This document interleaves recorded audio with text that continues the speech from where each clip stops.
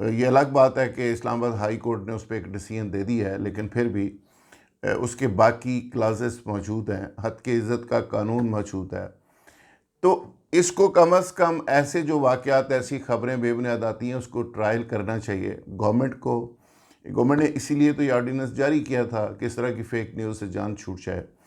اور اتنے دھڑلے کے ساتھ اس طرح کی فیک نیوز پھیلائی جاتی ہیں. مجھے یاد ہے کہ قبلہ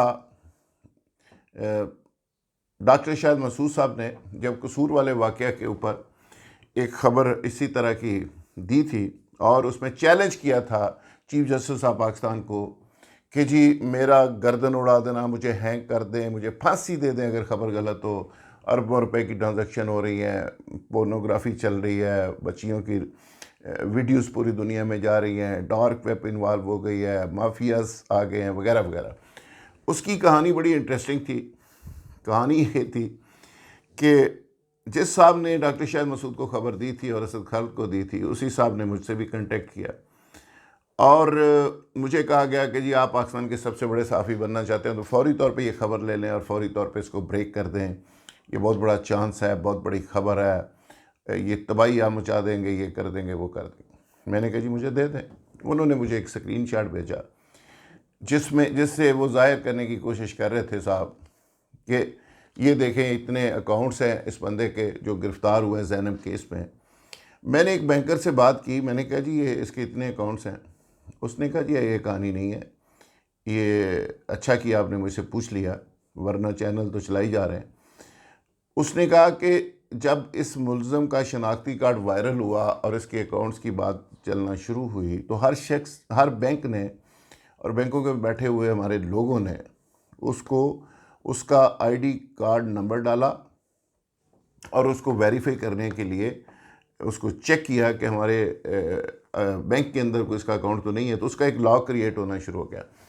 تو وہ جو زیادہ سے زیادہ لوگ اس کا نمبر ڈالتے رہے، چیک کرتے رہے، تو وہ لاک بڑھتا گیا اور وہ نکال کے کسی صاحب نے ان کو بھیج دیا. تو اینکر صاحب نے کہا کہ یہ سارے اکاؤنٹس ہیں. ایک تو میں نے یہاں سے چیک کیا اور بینکر نے مجھے کہا کہ یہ بکواس ہے، کوئی خبر نہ دینا. دوسری بات، میں نے ایک جرنلسٹ ہے، کامن سینس سے میں نے سوچا، میری ایک رپورٹر وہاں گئی تھی ایک قصور میں، تو اس نے وہاں پہ دیکھا کہ جہاں پہ ریپ بچی کو کیا گیا تھا وہ ایک انتہائی تعفن زدہ گندا سا ایک چھوٹا سا ایک کمرہ تھا جس پہ گند بھی تھا اور اس کے اندر اس نے ریپ کیا. تو میں نے ایک سوچا کامن سینس کی بات ہے کہ اس ملزم کے پاس اتنے اگر پیسے ہیں یا تھے، اتنے اکاؤنٹس اس کے ڈالروں میں ہیں، تو وہ ایک کمرہ کم از کم کہیں پہ لے لیتا جہاں پہ وہ اس طرح کا گند اس نے کرنا تھا. اس کے پاس نہ وہ کمرہ ہے، اس کی شکل، اس کے کپڑے، اس کے پاس سواری کوئی نہیں، اس کے گھر کی حالت دیکھنے کے قابل تھی، قابل رحم تھی. تو ایسے شخص کے پاس کیسے اکاؤنٹس ہو سکتے ہیں؟ تو یہ بڑی کامن سینس کی بات تھی. مصیبت یہ ہے ڈاکٹر شاہد مسعود صاحب بھی اسی طرح اسکائی لیب نازل ہوئے ہیں پاکستان کی صحافت میں. یہ صاحب بھی اسی طرح ہی نازل ہو گئے، ایک پھینٹی سے مشہور ہو گئے. وہ کھرل صاحب نے بھی کہہ دیا کہ جی وہ پتہ نہیں 69 اکاؤنٹ آ گئے ہیں، یہ 70 آ گئے ہیں، پتہ نہیں کتنے. تو میں نے وہ خبر نہیں دی، ان سب نے خبر دی اور اس کے نتیجے میں یہ لوگ بری طرح پٹے. اور پٹنے کے بعد یہ پھر بھی صحافی ہیں اور صحافت بھی کر رہے ہیں اور لوگ ان کو دیکھ بھی رہے ہیں اور یہ خبریں بھی دی جا رہے ہیں اور لوگ سنی جا رہے ہیں. تو بس یہ ہمارا بھی ایک امتحان ہے بہت بڑا کہ یہ کیا چل رہا ہے، یہ صحافت کے نام پہ ہو کیا رہا ہے. یہ جو اسکائی لیبس یہ سمجھ لیں کہ ادھر ادھر سے نازل ہوئے ہیں صحافت کے اندر، انہوں نے بیڑا غرق کر دیا ہے ایک صحافت کی کریڈیبلٹی کا. یہ جو عبادت ہوا کرتی تھی آج وہ ہماری کیا کہتے ہیں کہ صحافت نظریاتی سے زیادہ مالیاتی ہو گئی ہے. اور یہی وجہ ہے کہ ہمیں بھی بعض کا شرم آتی ہے کہ کیسی کیسی باتیں ہمارے دوست کرتے ہیں اور ایجنڈا بیسڈ ہوتی ہیں ٹوٹلی. اب جناب فیض صاحب کی بات جب اس صاحب نے کی ہے تو وہ اسٹیبلش ایک چیز تھی کہ پہلے نواز شریف صاحب نے بات کی، پھر مریم صاحبہ نے کی، پھر اس نے کر دی. تو صاف نظر آ رہا تھا کہ یہ کہاں سے فیڈنگ ہے.